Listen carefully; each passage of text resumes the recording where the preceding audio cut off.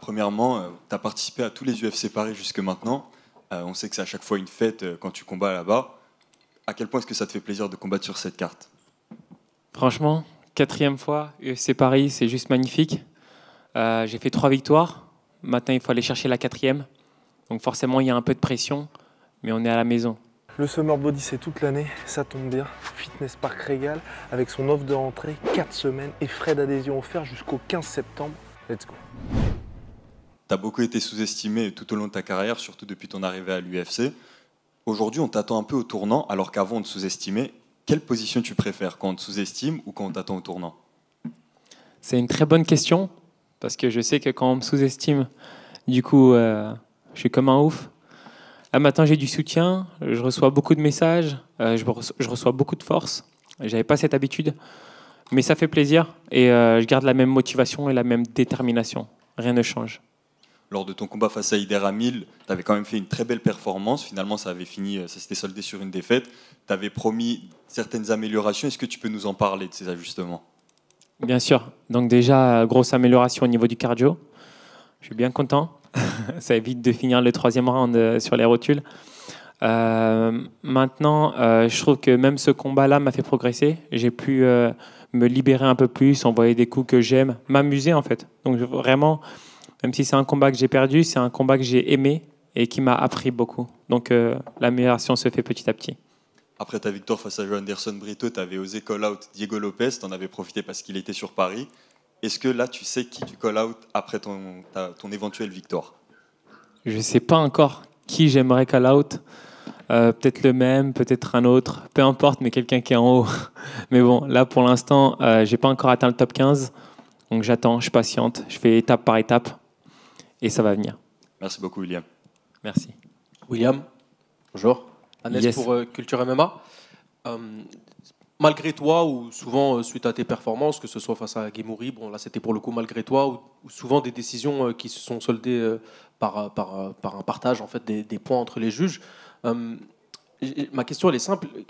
Quel visage de William Gomis on va avoir à Paris? On sait que tu aimes beaucoup la foule, on sait que tu aimes beaucoup combattre à domicile, que ça te motive, que tu as une sorte de regain d'énergie. Est-ce qu'on peut s'attendre à un William beaucoup plus agressif et pourquoi pas un William qui va chercher un bonus? Exactement, c'est l'objectif. C'est l'objectif, aller chercher un bonus. Je pense qu'on aura un William bien déterminé, encore plus que d'habitude. Je pense que quand tu reviens d'un down comme ça, faut revenir fort, revenir plus solide et marquer les esprits. Donc oui, c'est bien mon objectif là. Il y a pas mal de gens qui sentent que tu es un petit peu sur la sellette suite à justement ces décisions qui étaient parfois un peu, comment dire, sceptiques pour le public. Certains te voyaient gagner, d'autres te voyaient perdre. La dernière qui a été malheureusement une défaite. Comment toi tu te sens justement au sein de l'UFC? Est-ce que tu te sens pas du tout sur la sellette? Est-ce que tu sens qu'il y a quand même une pression à ce niveau-là, qu'il faut poser un statement? Ou tu es à l'aise comme d'hab? Je suis à l'aise, je ne sais pas qui dit ça. Je suis à 4-1 à l'UFC, on n'est pas beaucoup à avoir ça. Maintenant, je ne sais pas qui dit ça, donc comment te dire que moi je fais ma carrière, je suis à fond et les gens parleront toujours. Magnifique. Bah, bon courage pour samedi. Merci. Azina Bolda pour Hypercut. Tu affrontes un ancien champion du KSW. Comment tu jugerais et décrirais son niveau? Je trouve qu'il est très fort. S'il a été pris par l'UFC, c'est pas pour rien, c'est qu'il est bon. Je pense qu'à ce niveau-là, tout le monde est fort. Donc je le sous-estime pas. Je trouve qu'il a un bon sol. Il va bien chercher le dos, des bonnes jambes. Il bouge bien. Et voilà. Tu sembles l'avoir analysé. Est-ce que souvent après une défaite, on se concentre sur soi-même? Est-ce que ça a été ton cas ou finalement les préparations n'étaient pas forcément différentes? Je me suis beaucoup concentré sur moi-même. C'est la première fois que je fais une début de préparation, une pré-préparation en Thaïlande. Là, je suis avec Nicolas Haute maintenant, donc on fait du bon travail. On va chercher encore plus de précision et chercher à faire mal. Merci. Merci. Juste ici, justement, tu parlais de Nicolas Haute et de ta nouvelle team. Est-ce que tu peux nous parler un petit peu dans les détails de ce qui a changé dans ton approche et dans ta préparation des combats? Et l'autre question en une, c'est malgré toutes les critiques, tu connais ça depuis le début de ta carrière, est-ce que la confiance en toi qui t'a été caractéristique, elle est toujours là, elle est toujours au beau fixe? Est-ce qu'on a toujours un William qui a faim d'aller devenir champion un jour et qui assume cette ambition surtout? Alors avec Nicolas Haute, ce qui est super bien déjà, c'est que c'est hyper détaillé comme je l'ai dit avant. Et le feeling s'est fait, enfin ça s'est fait automatiquement, ça s'est fait rapidement. On s'est rencontrés en Thaïlande et il m'a tout simplement dit si tu es motivé, viens. Je suis venu, on a fait un boulot extraordinaire ensemble. Je trouve qu'on a bien travaillé, des sparring différents, beaucoup de sparring de qualité qui ressemblent à mon adversaire. Je pense être prêt. Plus que prêt. Et au sujet de ma confiance en moi, elle n'a jamais changé. Les gars, je serai le meilleur un jour. Ça arrivera. Dernière question, comme d'habitude, je vais te demander un petit pronostic sur ton combat. Tu vois quelque chose de clair se dessiner? Et sinon, est-ce que tu as envie de faire quelque chose? L'année dernière, tu parlais beaucoup d'un coup de genou sauté qui a failli rentrer aussi lors de ton dernier combat. Tu n'étais pas loin du finish. Qu'est-ce que tu vois pour celui-ci et qu'est-ce qui te ferait plaisir comme finish? Franchement, tous les finishes me font plaisir. Maintenant, surtout sur du striking, moins sur une soumission, mais tous les finishes me feront plaisir. Je vais garder la surprise pour moi. Merci William. Merci. William, hello? Here? Yeah. Hi. Was Robert Ruhawa the only name on the table when UFC offered you the fight in UFC Paris? Sorry? Can you... Was Robert Ruhawa the only name on the table? Was there an offer for other guy, not Robert Ruhawa? Yeah, he's the only name they give me, but I'm happy to have him. He is a good fighter. We're gonna do a big fight. Super that you are talking about him. What do you think about his skills, his pros and cons? He have a good skills, good grappling. His stand is good. He move very well. So yeah, he's a good fighter, but I'm ready. I'm more speed, more fast. Let's go. Do you think that it's a bit disrespectful for you because you have 5 fights in octagon of the UFC and they give you a debutant? In French, we say plus le chemin est long, plus la victoire est immense. So when the word is longer, more the word is longer, more the victory is great. So it's okay. I have to prove myself, prove to UFC who I am, so it's what I'm going to do. Do you think that you will be the biggest challenge in his career because the only fight he lost was with Saladin Parnasse and you also fought with this guy? The biggest... no, I think no. It's not the biggest fight in my career. In his career? In his career. Yes. Oh, for him. Oh, yeah, I think he is the biggest fight in his career because he is in UFC now. So UFC debut, not easy. And I'm not a gift. Thank you. Thank you.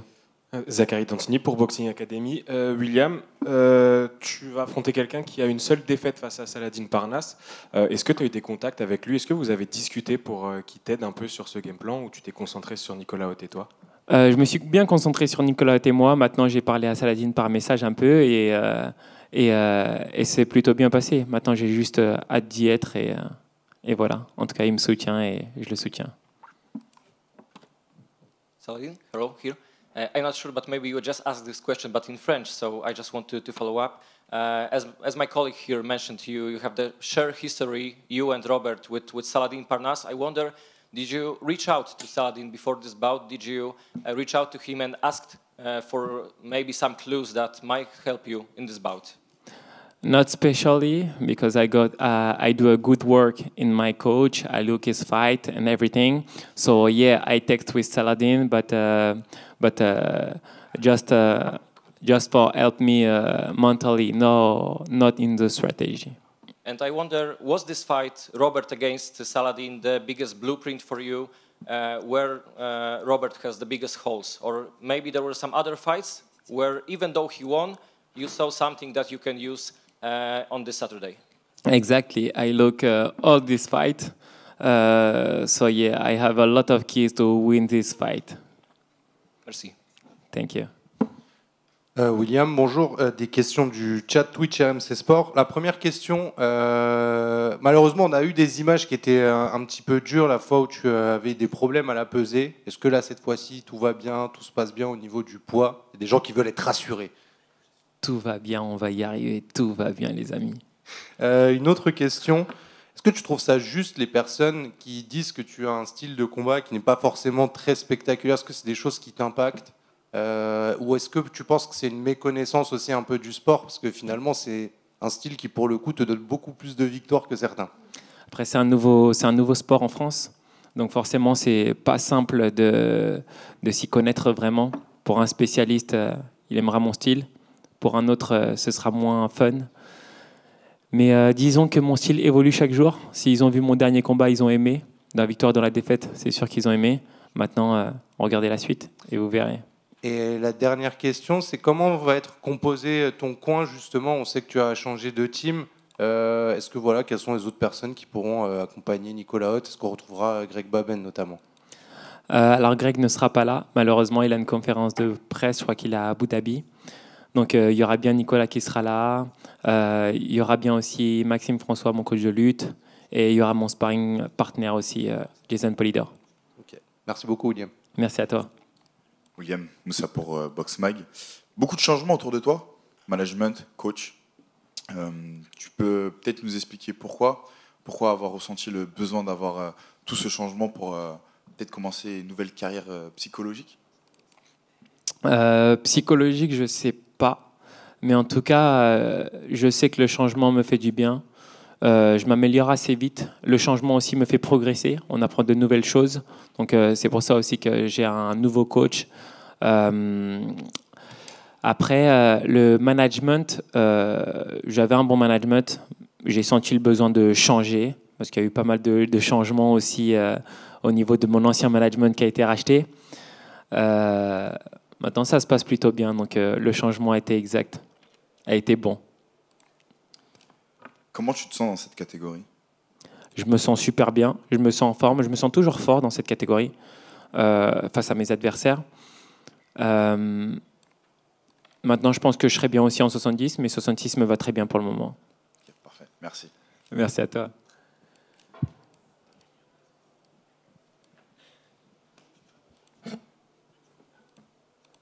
Salut William, Lorenzo pour Actu MMA. Avant ton dernier combat, donc tu étais invaincu à l'UFC. Est-ce que cette défaite, ça a permis d'enlever un peu le poids d'être invincible, etc., ou ça n'a rien changé à ce niveau-là? Ça n'a absolument rien changé. C'est-à-dire que il y en a qui disent que oui, une fois que tu as perdu une fois, tu es moins stressé. Non, je ne veux pas reperdre. Je veux gagner. Donc ça ne change rien pour moi.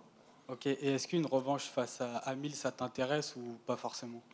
Pas forcément. Après, si on a une revanche, je suis sûr de moi, je vais le détruire. Okay, très bien, merci. Force pour le combat. Merci beaucoup.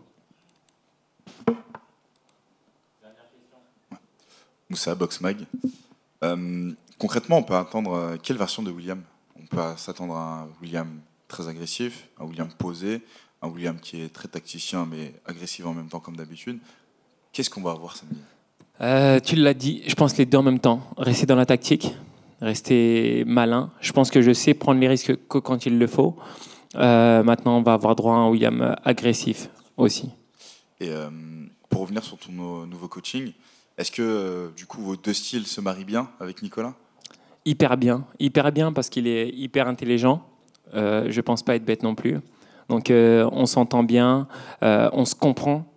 On se comprend dans les détails, vraiment dans de petites choses on se comprend. C'est là le plus important parce qu'en général, tu peux comprendre le gros du truc et les détails c'est plus compliqué. Mais là, on s'adapte assez bien ensemble, vraiment bien. Je te remercie William et bon courage à toi pour samedi. Merci beaucoup.